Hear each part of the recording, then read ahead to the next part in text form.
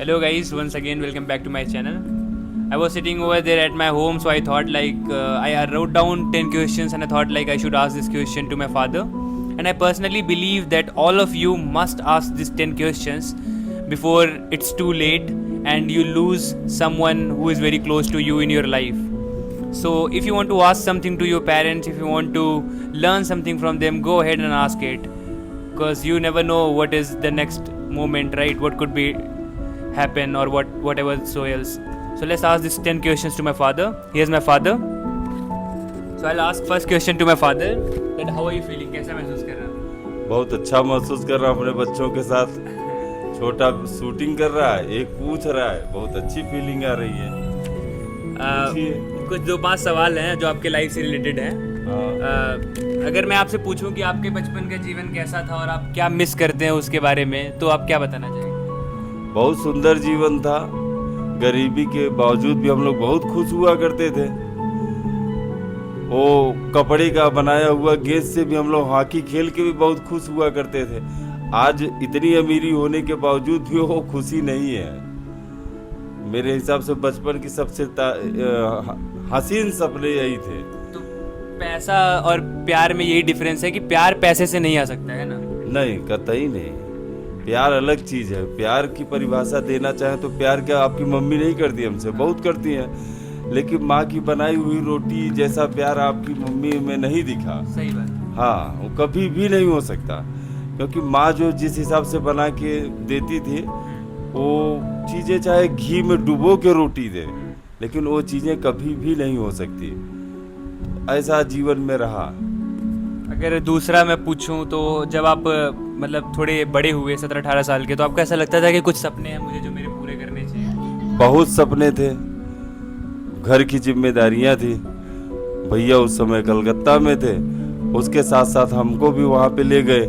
जिम्मेदारियों का बोझ बहुत बड़ा था। पिताजी का अचानक से चले जाना हम लोगों के लिए बहुत बड़ा गाज रहा, और उसको जीवन में हम लोगों ने बहुत संघर्ष के साथ पूरा किया। और पैसा कमाना बहुत ज़रूरी था। हम लोगों ने सोचा कि जैसे भी हो चलता रहे, लेकिन अब कुछ अच्छा करना है।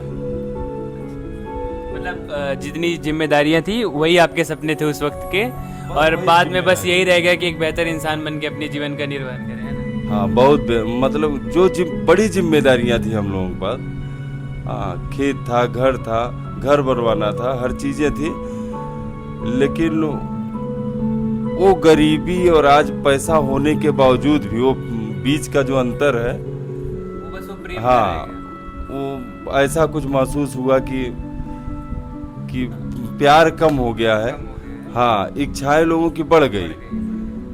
पहले टेपरी काट में ही हम लोग खुश हुआ करते थे, आज आप लोग बहुत कुछ रखे हो घर में, लेकिन वो बचपन की यादें कुछ अलग ही थी।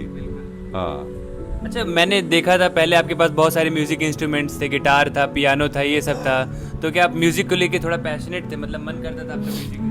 जीवन का मेरा एक ही सपना था कि मैं गायक बनना चाहता था। मेरा मतलब हृदय का बात था। और क्लास 5 में भी हमने अवार्ड मिला हमको। कपिल मुनि करके थे हमारे क्लास टीचर, वहाँ उन्होंने हमें अवार्ड दिया। प्रधान जी से हमने कई अवार्ड पाया अपने गांव के। उसमें प्रधान जी का भी अवार्ड मिलना मतलब बहुत बड़ा अवार्ड हुआ करता था। वो हम लोगों के लिए प्रधानमंत्री जैसा फीलिंग था। उसके बाद दीनानाथ जो हमारे इंटर कॉलेज के हुआ करते थे, उन्होंने अपना पेन निकाल के हमको गिफ्ट किया था, ऐ मेरे वतन के लोगों सॉन्ग पे 26 जनवरी के दिन। उस दिन भी बड़ी तालियां गड़गड़ाई गई थी, क्योंकि दीनानाथ ने कभी 2 रुपया भी किसी को दिया नहीं था, और अपने जेब से पेन निकाल के हमें पहनाया गया था। उस समय हमारे लिए बहुत बड़ी बात हुई थी। तो सिंगर बनने का सपना बहुत बड़ा था हमारा, लेकिन इन परेशानियों की वजह से, जीवन में पैसा कमाने की वजह से मेरा सिंगर का सपना होना, मतलब सिंगर बनने का सपना अधूरा ही रह गया। लेकिन आज मैं एक चीज़ बताना चाहता हूँ कि जो कुछ भी है, आज जिस भेष में मैं हूँ, इसी भेष में ही मैं अपने जैसे कर्मकांड को करा रहा हूँ। तो जो मंत्र होता है मैं उसको संपूर्ण भाव में कहना पसंद करता हूँ, इसलिए कि मेरे कहीं न कहीं ये जो सरस्वती गला जो था मेरा, इसी की वजह से मेरी चाहे ये जो फिजा हुई या जो भी बना, कहीं न कहीं ये गले का देन है। इसी को संगीत रूप में इसी को मैंने ढाल दिया। और शायद भगवान की यही इच्छा थी कि एक गायक के रूप में लोग देखते हमें, और आज हमें एक महाराज जी के रूप में देख रहे हैं, और इसी रूप में मैं अपना गायकी भी मन को शांति देने के लिए कर ले रहा हूँ, और इन मंत्रों के साथ मेरा जीवन भी और समाज को भी एक नई दिशा देने का काम हो रहा है। तीसरा डैडी जो मैं मतलब जैसे मेरा आपका रिलेशन मैं जानता हूँ कि मेरा मेरे पिता के साथ कैसा संबंध है, कितने अच्छे हैं, कितनी चीज़ें, क्या कभी ऊपर नीचे। आपका अपने पिता के साथ कितना संबंध है? जैसे आप ज़्यादा वक्त तो उनके साथ नहीं बिता पाए थे अपने जीवन का, पर जितना वक्त भी था तो आपका कैसा रिलेशन था अपने पापा के साथ, मतलब डैडी के साथ? अब उन सब चीज़ों को तो याद करके थोड़ा अलग ही हो रहा है दिल में, लेकिन गरीब थे लेकिन दिल के बहुत अमीर थे हमारे पिताजी, बहुत ही अमीर हुआ करते थे। उनके बारे में बोलना मतलब आज समाज में स्वर्गीय राजकिशोर को सभी जानते हैं। अटल जी के साथ वो बैठा करते थे। अटल बिहारी वाजपेयी प्राइम मिनिस्टर जो थे, प्राइम मिनिस्टर अटल बिहारी वाजपेयी माननीय, उनके साथ हमारे पिताजी बैठा करते थे। स्वर्गीय राजकिशोर जो इस समय हम लोगों के बीच में नहीं है, और उस समय हमारी अवस्था लगभग 8 साल लगभग थी, क्लास 5 में थे हम उस समय, और काफी गरीबी में देहावसान हुआ उनका। जिम्मेदारियों का इतना ज्यादा बोझ पड़ा मेरी माँ के ऊपर कि जैसे भी था झेला गया। लेकिन पिताजी सुनते हैं कि जब हम पैदा हुए थे तो गोदी में लेके मेरी माँ को बोले थे कि मेरा राम रघुवर आ गया। तो इस वजह से आपका नाम राम रघुवर महाराज ही पड़ गया। कहीं न कहीं नाम तो मेरा बहुत पड़ा बीच में, शशिभूषण या पंकज महाराज, लेकिन जिंदगी घुमा फिरा के राम रघुवर ही बना दिया आज। तो पिताजी का एक आशीर्वाद आज हमारे साथ है। लोग कहते भी हैं बाढ़े पूत पिता के धर्म में, तो पिताजी का कहीं न कहीं धर्म कर्म ऐसा था जो आज मैं यहाँ में हूँ। पिताजी के साथ मेरा बड़ा अच्छा रिलेशन रहा। अच्छा, बहुत सारी कठिन टाइम, बहुत सारे हार्ड टाइम फेजेस आए जिसमें आपने उसको क्रॉस थ्रू किया, पास किया। तो कठिन समय में आपने ऐसी एक क्या चीज़ें सीखी जो आप हमें बताना चाहते हैं लाइफ में? कभी भी ऊपर नीचे चढ़ाव आए तो हम उस चीज़ को याद रखें। कठिन समय विपत्ति किसी पूछ को तो आती नहीं। कभी भी विपत्ति किसी के पास आएगी तो पूछ के तो आएगी नहीं, कब आ जाए।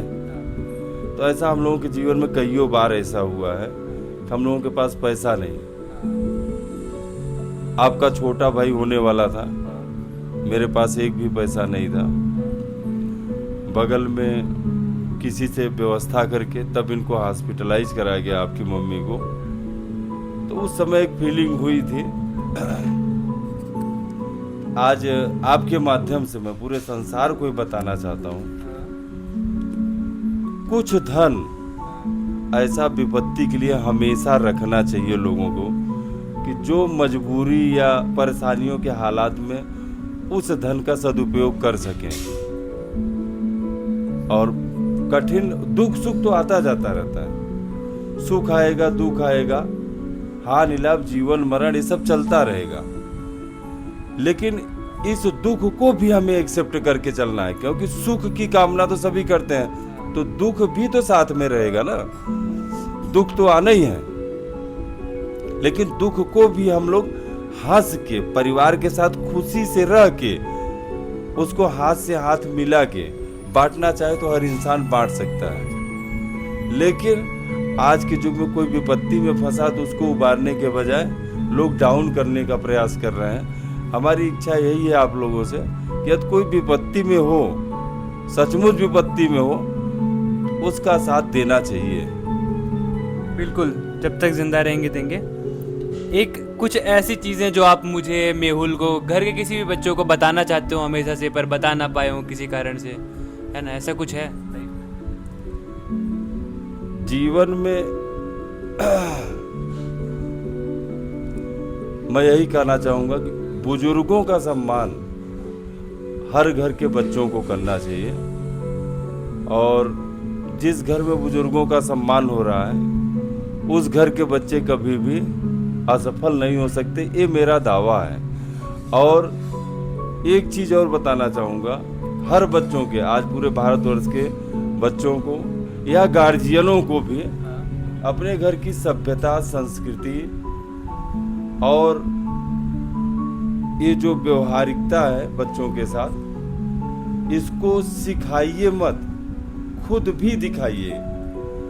गार्जियनों को भी मैं बोलना चाहता हूँ, यदि हम अपने माँ का पैर छुएंगे तभी आप भी छुओगे अपनी मम्मी का, या आप अपने माँ का करेंगे। इसलिए हम यही चाहते हैं, गार्जियनों से बोलना चाहते हैं कि संस्कार सिखाने की चीज़ नहीं है, संस्कार दिखाने की चीज़ है। आप दिखाइए, बच्चे खुद ब खुद सीख जाएंगे। घर के माहौल से अपने आप बन जाएगा संस्कार। अच्छा, जैसे मैं थोड़ा अपने से डिसीजन लेने लगा हूँ कुछ चीज़ों का, अपने लाइफ का, इन चीज़ों का, तो कैसा फील होता है जब आपको मैं कोई डिसीजन लेता हूँ अपने लाइफ का, या फिर कुछ भी, जब मैं कुछ कोशिश करता हूँ करने की, तो एज अ फादर आपको कैसा फील होता है कि जब आपका बेटा अपने पैर से या फिर अपने चीज़ों से खुद ब खुद कुछ करने की कोशिश कर रहा है और वो सही वे में कर रहा है, एक अच्छी तरीके से कर रहा है, तो कैसा फील होता है एज अ फादर आपको? अच्छी फीलिंग होगी, समाज को बताने में भी अच्छा लगेगा, गुड फीलिंग होगी। कभी भी कोई अच्छे लोग यदि हमारे पास में है, तो यदि आप हमारे बराबरी में हैं या अच्छे तरक्की या मुकाम पे हैं, तो जब मैं किसी के सामने आपको इंट्रो कराऊंगा तो हमें तो प्राउड ही फील होगा ना। हर बाप का सपना है कि उसका बच्चा आगे बढ़े। और लेकिन एक चीज़ है प्रिंस, इस चीज़ को समझना चाहिए आज के बच्चों को, डिसीजन वो खुद ले, ठीक है, कोई दिक्कत नहीं है, लेकिन डिसीजन लेने से पहले एक बार अपने माँ बाप से ज़रूर पूछना चाहिए, क्योंकि माँ बाप से बड़ा तो उनका कोई भी, हमें लगता है, नज़दीकी हो नहीं सकता। तो इसलिए, और माँ ही ऐसी है या पिताजी ऐसे हैं जो उनको किसी चीज़ का स्वार्थ ही नहीं है। आप तरक्की करिए, आप आगे बढ़िए, और उनसे बड़ा तो हमें लगता है कोई गुरु ही नहीं है। हाँ, तो सबसे बड़े गुरु, प्रथम गुरु भी माने गए हैं।